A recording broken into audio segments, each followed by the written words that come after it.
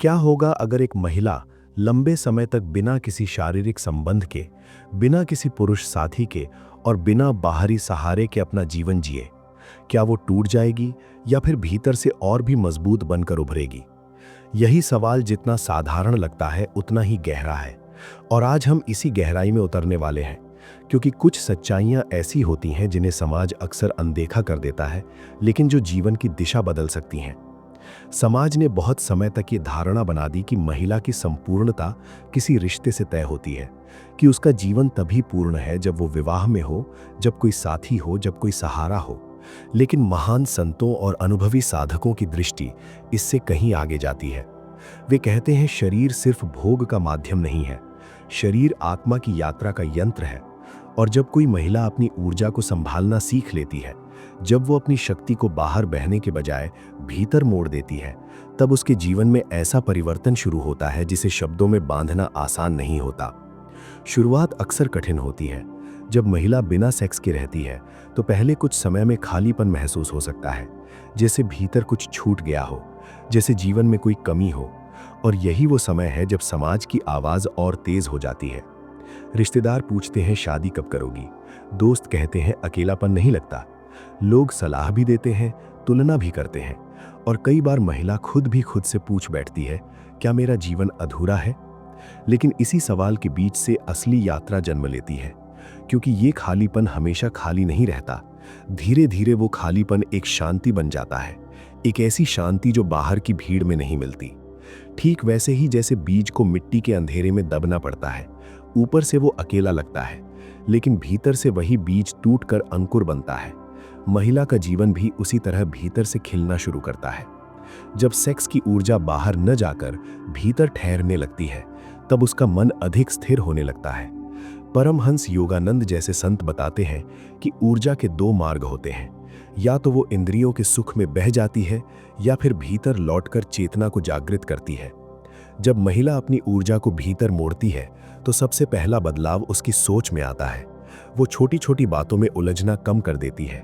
जो इच्छाएं पहले उसे खींचती थीं, वे धीरे धीरे कमजोर पड़ने लगती हैं।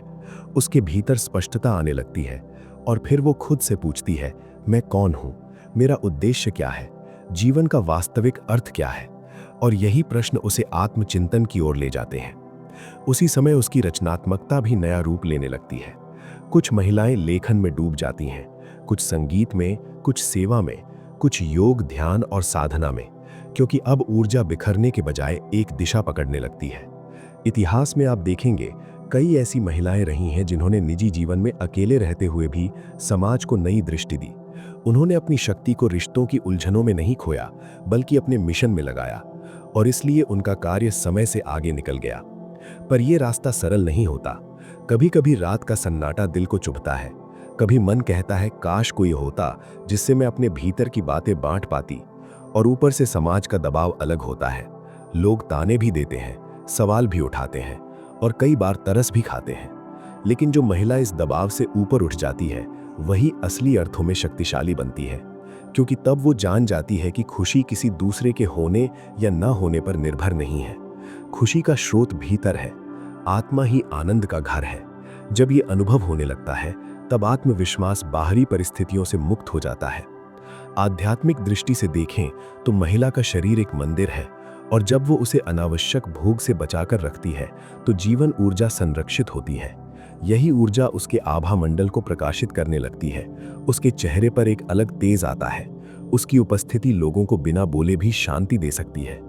आपने देखा होगा, कुछ लोग साधारण दिखते हैं, लेकिन उनके पास बैठते ही भीतर कुछ शांत होने लगता है। ये संयोग नहीं होता, ये भीतर संजोई गई ऊर्जा का प्रभाव होता है। लंबे समय तक संयमित रहने से करुणा और संवेदनशीलता भी गहरी होती है, क्योंकि ऊर्जा अब किसी एक व्यक्ति तक सीमित नहीं रहती। हृदय का विस्तार होता है। प्रेम निजी दायरे से निकलकर व्यापक हो जाता है। वो प्रेम फिर मांग नहीं करता, वो बस बहता है। शरीर और मन के स्तर पर भी परिवर्तन आते हैं। आधुनिक विज्ञान भी ये मानता है कि संयम मानसिक स्पष्टता बढ़ाता है, एकाग्रता मजबूत करता है और निर्णय क्षमता को स्थिर बनाता है। जब महिला अपनी ऊर्जा बचाती है तो वो अपने करियर, शिक्षा या किसी भी लक्ष्य में असाधारण परिणाम दे सकती है। यहाँ ये समझना जरूरी है कि संतों ने कभी ये नहीं कहा कि सेक्स बुरा है, बात सिर्फ इतनी है कि ऊर्जा का अपव्यय मत करो। यदि संबंध है तो उसे प्रेम, पवित्रता और जिम्मेदारी से जियो, और यदि संबंध नहीं है तो ऊर्जा को भीतर साधो। दोनों ही मार्ग सही हो सकते हैं, पर ऊर्जा व्यर्थ नहीं जानी चाहिए। इसलिए बिना सेक्स के रहना कमजोरी नहीं, बल्कि एक शक्ति बन सकता है। ये अधूरापन नहीं, बल्कि भीतर की पूर्णता की ओर कदम है। जब महिला अपने शरीर से रिश्ता बदलती है, तब वो उसे सिर्फ आकर्षण का साधन नहीं मानती, वो उसे साधना का माध्यम समझने लगती है। वो अपने शरीर को स्वस्थ रखने के लिए योग करती है, प्राणायाम करती है, भोजन और दिनचर्या को संतुलित करती है, और ये संतुलन धीरे धीरे मन में भी उतर आता है। छोटी छोटी बातों पर क्रोध या निराशा उसे आसानी से नहीं घेरती। वो जीवन की बड़ी तस्वीर देखने लगती है, और ये दृष्टि उसे भीतर से परिपक्व बनाती है। उसका आत्मविश्वास इतना गहरा हो सकता है कि लोग उसकी आंखों में देखकर ही उसका बल महसूस करें। सबसे महत्वपूर्ण बात यह है कि वो खुद से प्रेम करना सीखती है, और खुद से प्रेम करना ही सबसे बड़ी साधना है। क्योंकि जब भीतर अपनापन जागता है, तब बाहर की स्वीकृति की भूख घटने लगती है। फिर महिला दूसरों से भी अधिक शुद्ध प्रेम कर पाती है, बिना शर्त, बिना मांग के। इस अवस्था में उसका केंद्र स्थिर हो जाता है। बाहरी परिस्थितियां हिलती भी रहें तो भीतर का दीपक जलता रहता है। ये केवल व्यक्तिगत चुनाव नहीं रह जाता, ये आत्मा की ओर जाने वाला मार्ग बन जाता है। जैसे जैसे वो भीतर उतरती है, उसे महसूस होता है कि उसके भीतर एक नया संसार खुल रहा है। पहले जो बातें भारी लगती थीं, अब तुच्छ लगने लगती हैं। दुख का बोझ हल्का होने लगता है, क्योंकि चेतना साधारण इच्छाओं में उलझी नहीं रहती। ये परिवर्तन मानसिक से आगे बढ़कर आध्यात्मिक बन जाता है। दृष्टि व्यापक होती है। वो सिर्फ अपने लिए नहीं जीती, दूसरों के जीवन की पीड़ा भी उसे छूने लगती है। करुणा दया नहीं रहती, करुणा एक शक्ति बन जाती है जो उसे सेवा और त्याग के रास्ते पर ले जाती है। ऐसी महिलाएं अक्सर बिना शोर किए बदलाव का माध्यम बनती हैं। उनके कर्म लोगों के भीतर कुछ जगह देते हैं। इतिहास गवाह है, जिन महिलाओं ने भीतर की शक्ति को पहचाना, उन्होंने सिर्फ स्वयं को नहीं उठाया, उन्होंने मानवता को प्रेरणा दी। मीराबाई ने सांसारिक बंधनों से ऊपर उठकर प्रेम को भक्ति बना दिया।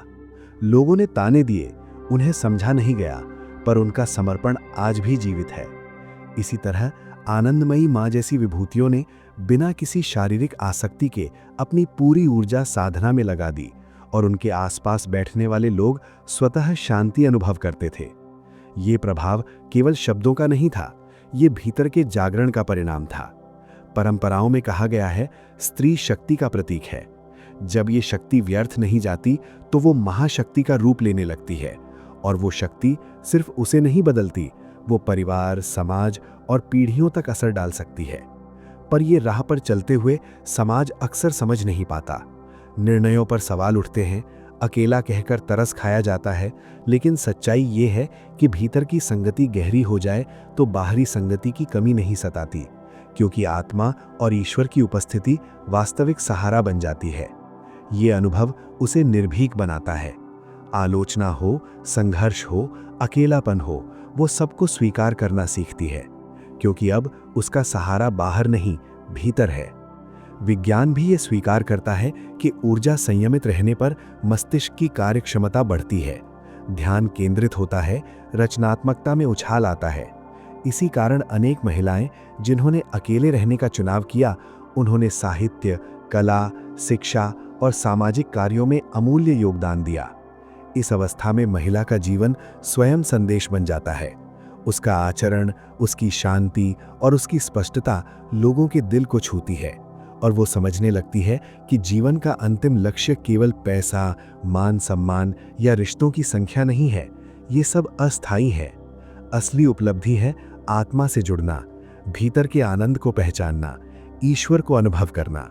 और ये उपलब्धि ऐसी है जो जीवन के पार भी साथ चलती है। जब वो इस सत्य को छू लेती है, तब वो न किसी पर निर्भर रहती है, न अधूरी महसूस करती है। भीतर की पूर्णता उसके चेहरे, उसकी आंखों और उसके व्यवहार में झलकने लगती है। जैसे जैसे भीतर की यात्रा गहरी होती है, वो समझती है जीवन की असली शक्ति भीतर छिपी है। ये शक्ति न समाज के नियमों से बंधी है, न किसी संबंध से। ये स्वतंत्र है, असीम है, और इसी से आत्मबल पैदा होता है। तब अकेलापन दुश्मन नहीं रहता, वो मित्र बन जाता है, क्योंकि वही भीतर झांकने का अवसर देता है। वो जान जाती है जितनी दूरी बाहरी शोर से बनेगी उतनी ही साफ भीतर की आवाज सुनाई देगी, और वही आवाज सही निर्णय देती है। उसके आसपास के लोग भी बदलने लगते हैं। उसकी स्थिरता दूसरों को प्रभावित करती है। परिवार, मित्र, यहाँ तक कि अजनबी भी उसकी उपस्थिति में सुकून पाते हैं। ये बदलाव बिना प्रचार के होता है। ये बदलाव उसकी आभा से होता है। संयमित जीवन में चेहरे पर चमक आती है। ये चमक प्रसाधन से नहीं आती, ये भीतर की पवित्रता से आती है। आंखों में गहराई आती है। वो गहराई उन अनुभवों की होती है जिन्हें उसने भीतर साधा है। हाँ, कभी कभी प्रश्न उठते हैं, क्या मैंने सही रास्ता चुना? क्या ये मुझे पूर्णता देगा? लेकिन जब वो ध्यान में बैठती है, जब वो भीतर की ऊर्जा को महसूस करती है, तब सारे प्रश्न गिर जाते हैं। वहां सिर्फ शांति रहती है, सिर्फ संतोष रहता है। समाज उसे अकेली कहे, पर आत्मा अकेली नहीं होती। भीतर दिव्यता बहती रहती है, और वही दिव्यता उसे संतुलित रखती है। परंपराएं बताती हैं, जो लोग ऊर्जा को भीतर साध लेते हैं वे असाधारण बनते हैं। ये असाधारणता चमत्कार दिखाने की नहीं, बल्कि लोगों को प्रेरित करने की होती है। महिला जब यहाँ पहुँचती है तो उसका जीवन सिखाता है, शक्ति का असली रूप त्याग और संयम में है। उपभोग क्षणिक आनंद देता है, संयम स्थायी आनंद बनाता है, और ये आनंद सांसारिक सुखों से कहीं अधिक मूल्यवान होता है। धीरे धीरे ये यात्रा भक्ति के मार्ग पर भी ले जाती है, क्योंकि जब भीतर का शून्य भरता है तो उसमें ईश्वर की उपस्थिति रह जाती है। वो हर जगह ईश्वर देखने लगती है, फूलों में, पेड़ों में, बच्चों की हंसी में और अपने दर्द में भी। यही भक्ति का शिखर है। इस अवस्था में वो न डरती है न झुकती है। आत्मविश्वास इतना गहरा हो जाता है कि लोग देखकर चकित रह जाते हैं। उसका जीवन प्रमाण बन जाता है कि बिना शारीरिक संबंध के भी जीवन पूर्ण हो सकता है, बल्कि अधिक अर्थपूर्ण भी। और जब लोग ये देखते हैं तो उनके भीतर भी भरोसा जागता है कि शायद हमारे भीतर भी वही क्षमता है। यही उसकी सबसे बड़ी देन है, दूसरों के भीतर आत्मविश्वास जगाना। आगे बढ़ते हुए वो समझती है, जीवन केवल भौतिक इच्छाओं का नाम नहीं, असली जीवन वो है जहां आत्मा अपनी गहराई में उतरकर ईश्वर से एक होने लगती है। ये अनुभव इतना शक्तिशाली होता है कि सांसारिक सुख फीके लगते हैं। वो पीछे मुड़कर देखती है तो समझ आती है, जो खालीपन कभी डराता था वही उसकी ताकत बन गया, क्योंकि उसी ने उसे भीतर झांकने को मजबूर किया, और भीतर उसने अपनी असली शक्ति पाई। समाज अब भी सवाल करेगा, कुछ लोग तरस खाएंगे, कुछ समझ नहीं पाएंगे, लेकिन अब ये सब महत्वहीन होगा, क्योंकि उसने सच्चाई को छू लिया। और एक बार आत्मा सच्चाई का स्वाद चख ले तो भ्रम आकर्षित नहीं कर पाता। तब उसका हर दिन साधना बन जाता है, हर सांस प्रार्थना बन जाती है, हर कदम करुणा और सेवा का संकेत बन जाता है। वो संतोष बांटती है, और बांटना उसे और समृद्ध करता है। वो जान जाती है, प्रेम केवल शारीरिक या निजी रिश्तों तक सीमित नहीं, असली प्रेम वो है जो सबके लिए है, बिना शर्त। जब महिला इस स्तर पर पहुंचती है तो उसका जीवन जीवंत मंदिर बन जाता है, और उसके आसपास लोग बदलने लगते हैं। कुछ महिलाएं उससे साहस पाती हैं कि अकेले रहते हुए भी संपूर्णता संभव है। कुछ पुरुष भी सीखते हैं कि आत्मबल ही सच्ची शक्ति है। इस तरह उसका व्यक्तिगत चुनाव सामूहिक प्रेरणा बन जाता है, और यही वो बिंदु है जहां उसकी यात्रा का उद्देश्य पूरा होता है, क्योंकि उसकी साधना केवल उसकी नहीं रहती, वो अनगिनत आत्माओं के लिए मार्ग बन जाती है। अंत में यही कहा जा सकता है कि जब महिला बिना सेक्स के रहती है तो ये कोई अभाव नहीं, ये कोई सजा नहीं, ये उसके भीतर छिपी दिव्यता को जगाने का अवसर है। रास्ता आसान नहीं, इसमें अकेलापन भी है, संघर्ष भी है, और समाज की आलोचना भी, पर इन सब के पार एक ऐसी शांति है जो किसी भी सांसारिक सुख से गहरी है। वो शांति आत्मा की है, वो शांति ईश्वर की है। इसलिए यदि कोई महिला इस राह पर है तो उसे कभी ये न लगे कि वो अधूरी है। वो अधूरी नहीं, वो संपूर्ण है, और उसकी संपूर्णता किसी रिश्ते से नहीं, उसकी आत्मा से आती है। याद रखिए, असली शक्ति भीतर है, असली प्रेम भीतर है, और असली संपूर्णता भीतर ही है।